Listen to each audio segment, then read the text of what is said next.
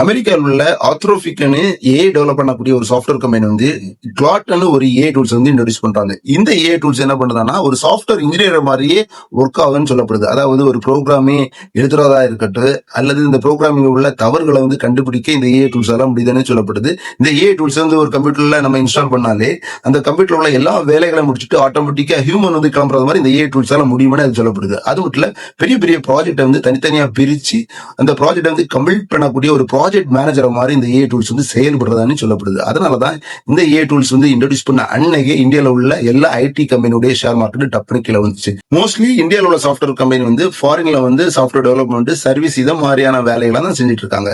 இப்போ வந்து ஃபாரின்ல வந்து இதே மாதிரி ஏஐ டூல்ஸ் வந்து தன்னுடைய கம்பெனில வந்து இன்ஸ்டால் பண்றது மூலமாட்டி 100 பேர் செய்யற வேலையை வந்து 10 பேரால ஈஸியா செய்ய முடியும்னு அவங்க திங்க் பண்ண தொடங்கிட்டாங்க. அப்போ ஆட்டோமேட்டிக்கா என்னாகும், இந்தியாவில் உள்ள சாஃப்ட்வேர் கம்பெனியுடைய ப்ராஃபிட் வந்து குறையும், ஆட்டோமேட்டிக்கா வேலை வாய்ப்பு வந்து குறைய வாய்ப்பு இருக்கு. 1000 தான் இருந்தாலும் நிறைய ஏஐ டூல்ஸ் வந்தாலும் அது வந்து ஹியூமனுக்கு ஹெல்ப்பரா தான் இருக்க முடியுமே தவிர ஹியூமனாட்டி மாற முடியாது. இப்போ ஐடி ஃபீல்ட்ல போறவங்க வந்து சாதா வந்து கோடிங் வந்து மட்டும் படிக்காம ஏஐ டூல்ஸ் வந்து எப்படி ஹேண்டில் பண்ணலாம்னு படிச்சுட்டு போனா ரொம்பவுமே யூஸ்ஃபுல்லா இருக்கும்.